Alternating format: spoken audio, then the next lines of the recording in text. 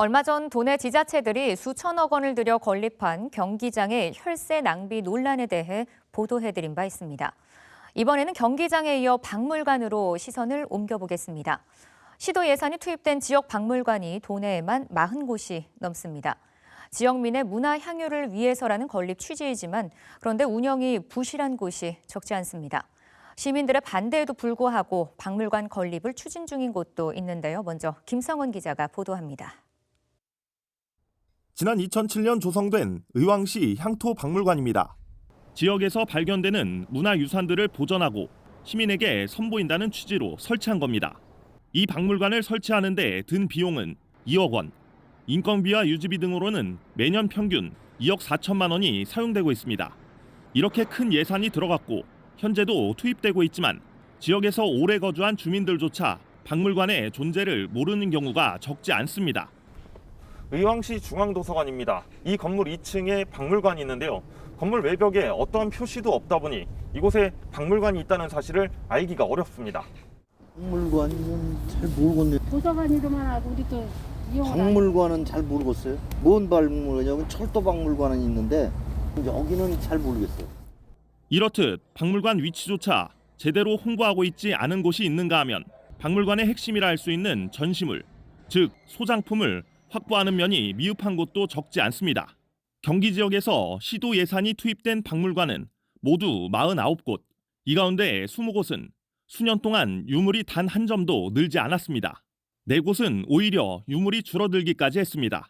이런 상황 속에서 코로나19 유행 이전인 지난 2018년 기준 하루 평균 관람객이 100명 이하인 곳은 17곳으로 3곳 중 1곳꼴인 34%에 달합니다.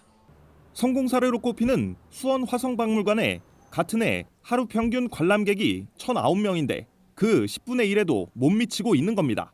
전문가들은 관람객이 적은 박물관들은 공통점이 있다고 말합니다.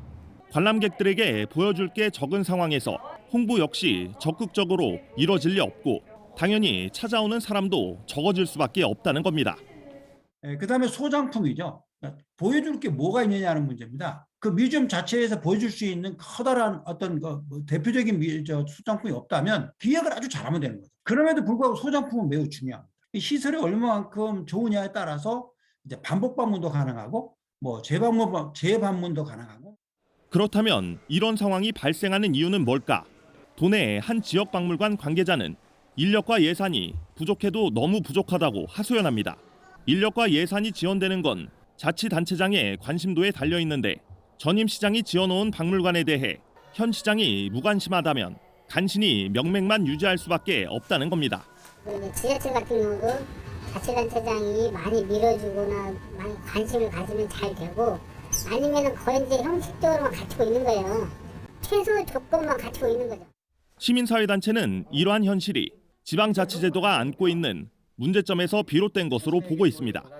단체장이 무언가 자신의 어떤 정치적 목적이라든가 아니면 어떤 또 다른 어떤 목적을 이루기 위해서 급격하게 그냥 사업을 추진하려는 과정에서 만들어진 것들이 많다 보니까 시민들한테 홍보는 안 되고 기껏 지어진 것이니까 운영비라든가 여러 가지 기타 재반 비용은 계속 들어갈 수밖에 없는 이런 문제가 계속 발생하는 거죠. 시민의 문화 향유를 위해서라며 막대한 예산을 들였지만 부실한 운영으로 외면받고 있는 박물관들. 이는 지방자치의 폐해라는 이야기까지 나오는 상황. 적지 않은 지역 박물관들이 이렇다 할 역할도 없이 세금으로 운영비만 소모하고 있다는 지적이 나오고 있습니다. BTV 뉴스 김성원입니다. 보신 것처럼 박물관 문은 열려 있지만 사실상 제대로 운영되지 않는 곳들이 많죠. 이런 상황에서도 도내 몇몇 시군들은 박물관 건립 사업에 경쟁적으로 뛰어들고 있는데요. 이 가운데는 지역 특성과는 무관한 주제로 박물관을 짓겠다는 곳도 있어서 시민들의 반발이 일고 있습니다. 이어서 권예솔 기자의 보도입니다. 군포시는 지난 2017년부터 그림책 박물관 건립 사업을 추진해 왔습니다. 박물관에 전시할 자료를 모으는 과정에서 작고한 시사 만화가 고 김성환 화백의 작품도 수집됐습니다. 1950년대 중반부터 45년 동안 신문에 연재한 시사 만화 고바우 영감이 그의 대표 작품입니다. 고 김화백과 관련해 수집된 작품은 박물관 하나를 채울 수 있을 만큼의 상당한 양이었습니다.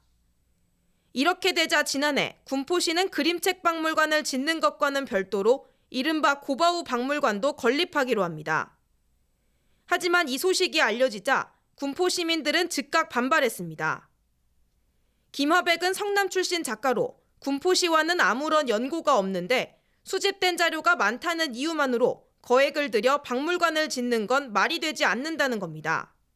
성남에서 출생을 하고 성남에서 활동을 했는데 성남에서도 그 고바우 박물관을 세우지 않았는데 군포에 아무런 연관도 없는 분의 그 박물관을 군포에서 그래도 땅값을 LH에서 기부받기는 하지만 그걸 땅을 사서 한다고 생각하면 500억 정도 예산이 소요됐는데 군포에서 해야 되는 이유가 뭐냐가 하나의 시민들의 이슈고.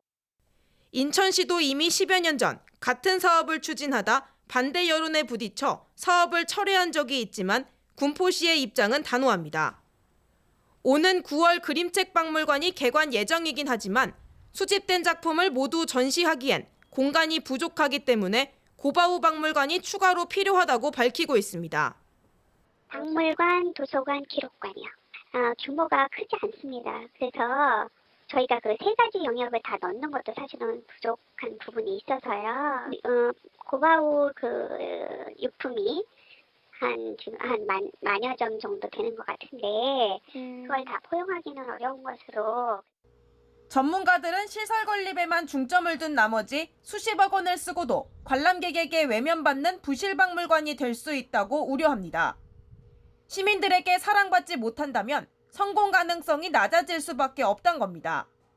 외부의 관광객이라든가 주민들의 어떤 그런 문화 향유권을 위해서 이렇게 자세한 어떤 설명을 하고 주민들과 소통을 해서 주민과 함께 만들어 나가는 뮤지엄의 형태를 한다면은 모르겠는데 동떨어진 정책을 해가지고 갑자기 이거를 그냥 그 몇백억을 갖다가 쏟아 부으면 사실 그것이 지자체 주민들에게 돌아갈 예산인데 그거를 너무 일방적으로 진행시키는 경우가 없지 않아 있습니다.